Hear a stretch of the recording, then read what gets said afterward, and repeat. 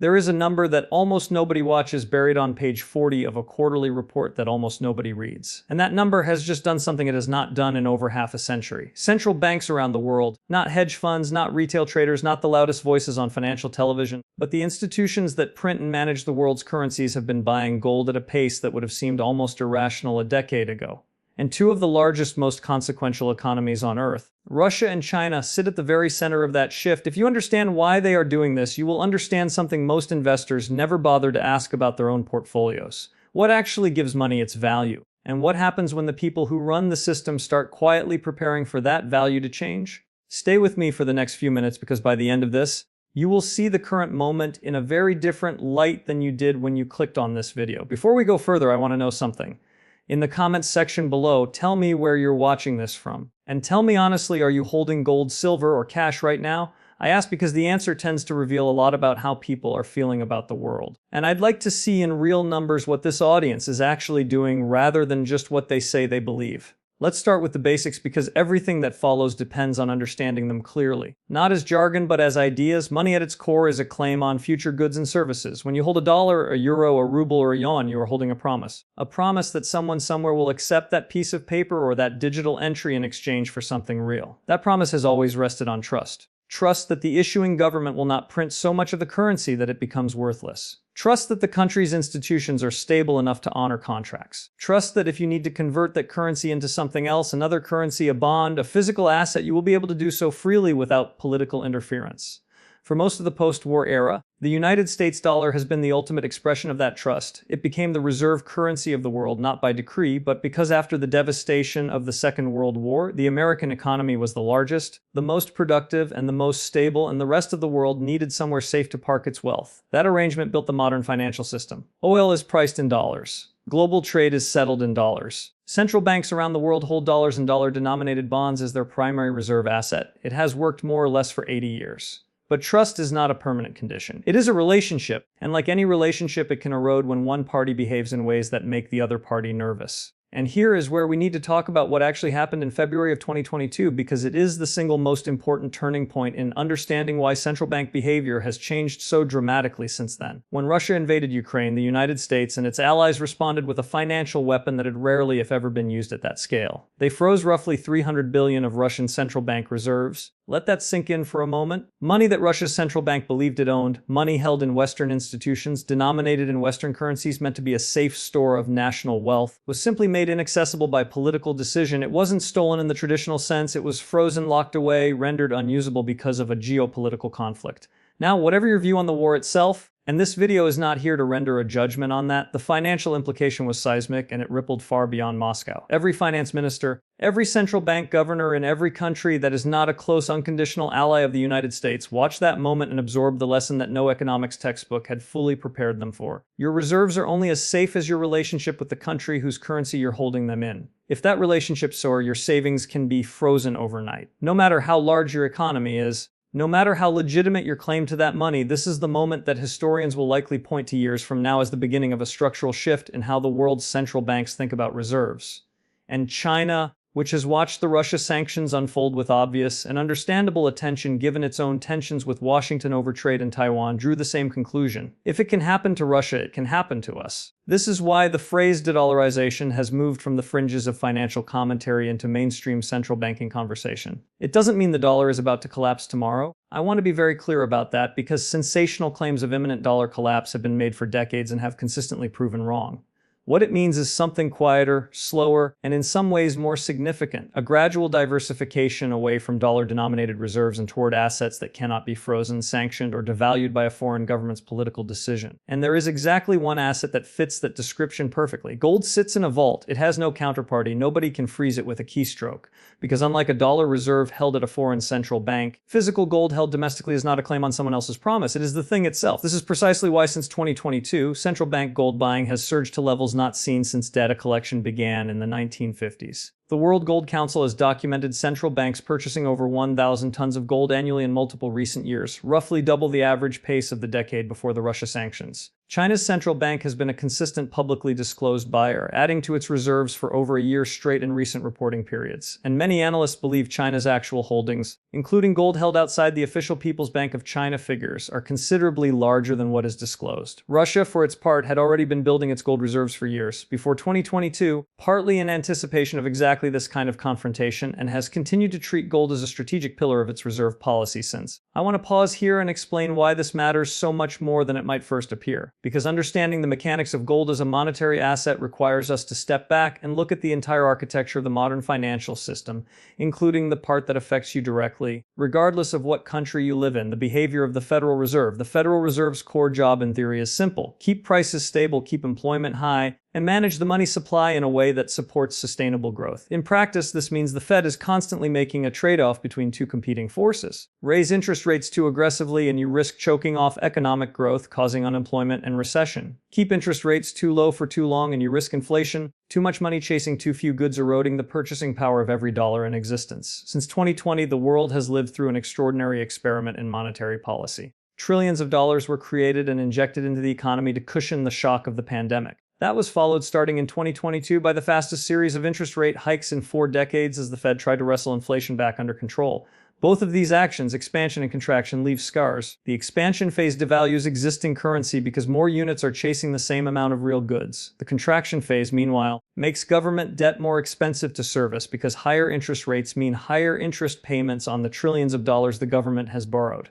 And this is where the debt cycle becomes impossible to ignore. The United States, like most developed economies, has been running persistent budget deficits for years, financed by issuing government bonds. As long as interest rates stay low, that debt is manageable. The interest payments remain a small percentage of the overall budget, but when rates rise, as they did dramatically in 2022 and 2023, the cost of servicing that debt rises with it. The US government now spends more on interest payments on its debt than it does on national defense, a milestone that would have seemed almost unthinkable a generation ago. This creates a difficult self-reinforcing dynamic. The government needs to keep borrowing to fund its operations. That borrowing requires issuing more bonds. More bonds on the market, all else equal, push interest rates higher or require the Fed to step in and buy bonds itself, effectively creating more money to absorb the new debt. Either path, higher rates or more money creation, has consequences. Higher rates slow the economy and increase the interest burden further. More money creation risks reigniting inflation. This is often referred to as a debt cycle, a concept that economists like Radio have written about extensively, drawing on patterns that have repeated across nations and centuries.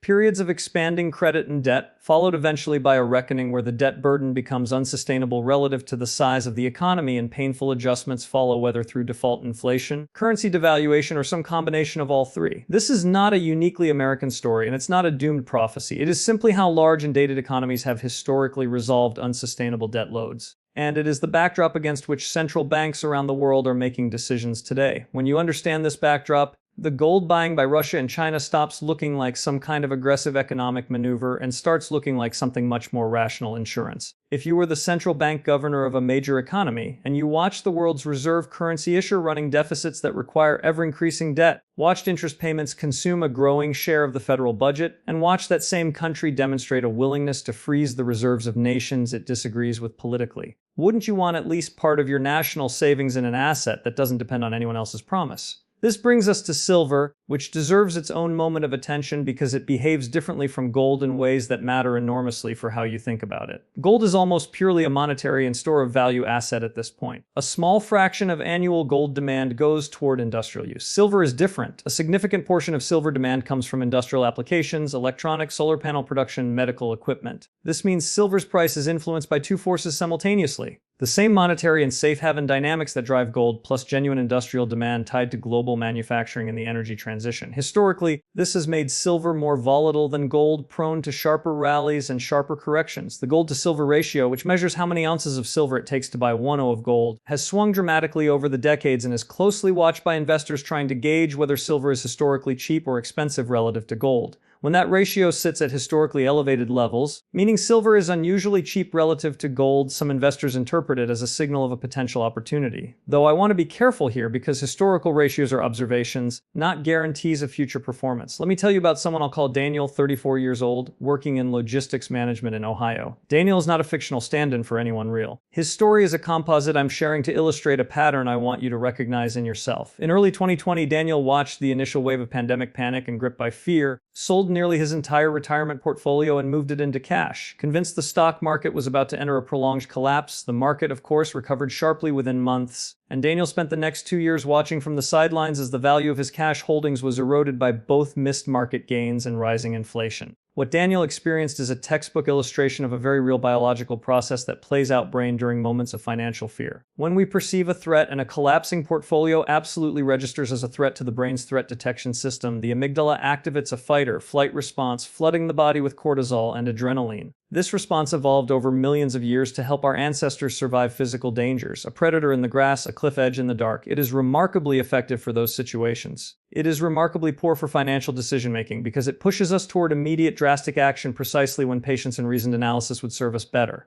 The prefrontal cortex, the part of the brain responsible for long-term planning and rational weighing of evidence, essentially gets overridden during acute stress. This is why so many investors sell at the bottom and buy at the top. They are quite literally making decisions with the part of the brain built for escaping lions, not the part built for evaluating a 40-year retirement plan. Contrast Daniel's story with someone I'll call Priya, 51 years old, a small business owner in Toronto. Priya began allocating a modest fixed percentage of her savings, around 5%, into physical gold back in 2018, not because she was predicting any specific crisis, but because she had read enough economic history to understand that currencies go through cycles, and she wanted a portion of her wealth that didn't depend entirely on any single government's fiscal discipline. She didn't try to time the market. She didn't chase headlines. She simply treated gold the way an insurance policy is meant to be treated. A small, steady allocation that she rarely thought about, that sat quietly in the background of her broader portfolio of stocks, bonds, and her business equity. By the time gold prices moved meaningfully higher in recent years, Priya's allocation hadn't made her wealthy on its own, and that was never the point. What it done was reduce the overall volatility of her net worth during periods when other assets were falling, giving her the psychological steadiness to avoid panic selling her stock holdings during downturns because she knew a portion of her wealth was insulated from those same pressures.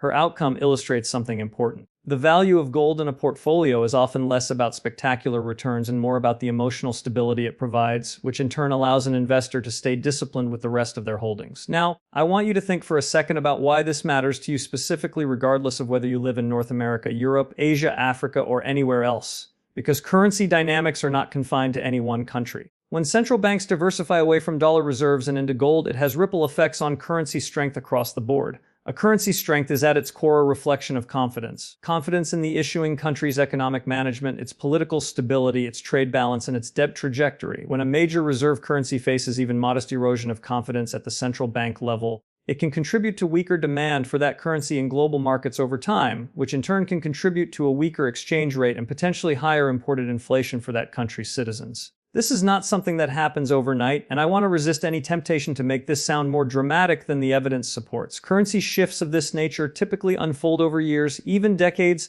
not days or weeks. But the direction of travel based on the data we have from central bank purchasing patterns does suggest a gradual structural shift in how the world's reserve managers are thinking about risk. If this kind of analysis is useful to you, this is a good moment to hit like on this video and subscribe to the channel, because I want you to stay with me through the rest of this. And I promise the final section is going to connect every piece we've discussed so far. The debt cycle, the Fed, the central bank, gold buying, the psychology of fear and greed into a single coherent picture that I think will genuinely change how you look at your own long-term financial planning. Before we turn to history, it's worth spending a moment on liquidity, because it's a word thrown around constantly in financial media without much explanation, and understanding it will make everything else in this video click into place even more firmly. Liquidity in the simplest terms refers to how easily an asset can be bought or sold without significantly affecting its price. And more broadly, it refers to how much money is actually flowing through the financial system at any given time. When the Federal Reserve lowers interest rates or engages in quantitative easing, buying large quantities of government bonds, it is effectively increasing liquidity, making it cheaper and easier for money to move through banks, into businesses, into consumer spending, and into asset markets like stocks and real estate. This is why stock markets often rally when the Fed signals it will cut rates or ease policy, and why they often struggle when the Fed signals continued tightening. But liquidity also plays a crucial, often underappreciated role in the bond market, which is genuinely the largest and in many ways the most important market in the world, larger than the stock market, because it represents the borrowing costs for governments, corporations, and ultimately indirectly for every mortgage and business loan issued. When government debt grows to the point where investors begin demanding higher yields to compensate for the perceived risk of holding that debt, either due to inflation concerns or concerns about the government's long-term fiscal trajectory, borrowing costs rise across the entire economy. We saw a version of this play out in the United Kingdom in 2022 when a mini-budget proposing large unfunded tax cuts triggered a sharp, rapid sell-off in UK government bonds, forcing the Bank of England to intervene directly in the bond market to restore stability and ultimately contributing to a change in the country's leadership within weeks. That episode is a vivid real-world illustration of how quickly bond market confidence can shift when investors begin to doubt a government's fiscal discipline. And it is precisely the kind of scenario that keeps central bank reserve managers awake at night, reinforcing their interest in assets that don't carry that same kind of confidence-dependent risk. This is also where geopolitical risk becomes inseparable from monetary analysis rather than a separate category we can set aside. The relationship between the United States and China remains defined by genuine economic interdependence alongside genuine strategic competition spanning trade policy, technology restrictions, and tensions over Taiwan. Russia remains subject to extensive Western sanctions following the invasion of Ukraine, sanctions that have reshaped its trade relationships, pushing it toward deeper economic ties with China and other non-Western economies. The Middle East continues to experience periodic instability that affects global energy markets, and energy prices in turn feed directly into inflation figures worldwide. None of these tensions exist in isolation from monetary policy. A prolonged conflict or trade disruption can spike energy and commodity prices, forcing central banks to choose between tolerating higher inflation or raising interest rates further and risking economic slowdown, the same difficult trade-off we discussed earlier. Gold has historically served as one of the few assets that tends to hold or increase its value precisely during these periods of geopolitical stress. Not because of any mystical property, but because in moments of uncertainty, investors and institutions alike gravitate toward the one major asset class that isn't a promise from any single government, a pattern that is repeated across numerous conflicts and crises throughout modern financial history. From the oil shocks of the 1970s to the Gulf War to the 2008 financial crisis and beyond, let's talk about historical parallels, because nothing in economics happens in a vacuum. And the patterns we're discussing today rhyme with periods from the past in instructive ways. In the 1970s, the United States faced a combination of high inflation, slow economic growth, and a series of geopolitical shocks, including the oil embargo that shattered confidence in the dollar following the collapse of the Bretton Woods system, which had tied the dollar to gold at a fixed rate. When President Nixon ended dollar convertibility to gold in 1971, it marked the beginning of the modern era of fiat currency, where money is backed not by a physical commodity, but purely by government decree and public trust. In the years that followed, as inflation soared into double digits, gold prices rose dramatically, moving from around $35 an ounce to over $800 an ounce by 1980. An extraordinary move driven by exactly the dynamic we're discussing today. A crisis of confidence in fiat currency during a period of high inflation and geopolitical. It took Federal Reserve Chairman Paul Volcker's aggressive, painful interest rate hikes, pushing rates above 20% to finally break the back of that inflation and restore confidence in the dollar at the cost of a severe recession. That episode remains the clearest historical example of what happens when the market's trust in a currency stewardship is seriously tested, and it offers a useful if imperfect lens for understanding today's environment, even though the specific circumstances are quite different. We can also look at the 2008 global financial crisis, when the collapse of the housing market and the banking system triggered a massive wave of central bank intervention, including near-zero interest rates and large-scale bond buying programs known as quantitative easing. Gold prices rose substantially in the years following 2008 as investors sought protection from what many feared would be runaway inflation resulting from all that newly created money. Interestingly, the inflation many feared in 2009 and 2010 didn't fully materialize until over a decade later, following the even larger monetary expansion during the pandemic, which is a useful reminder that the relationship between money supply growth and consumer price inflation, while real, doesn't always play out on the timeline people expect and can be delayed by other factors, such as where that new money actually flows in the economy. I want to introduce one more investor story here because I think it illustrates the flip side of Daniel's panic-driven mistake. I'll call him Marcus, 62 years old, a retired school teacher in the United Kingdom, approaching the final years before fully drawing down his pension. In late 2021, swept up by enthusiastic online commentary and a genuine fear of missing out, Marcus moved a substantial portion of his retirement savings into a concentrated set of speculative growth stocks and cryptocurrency positions,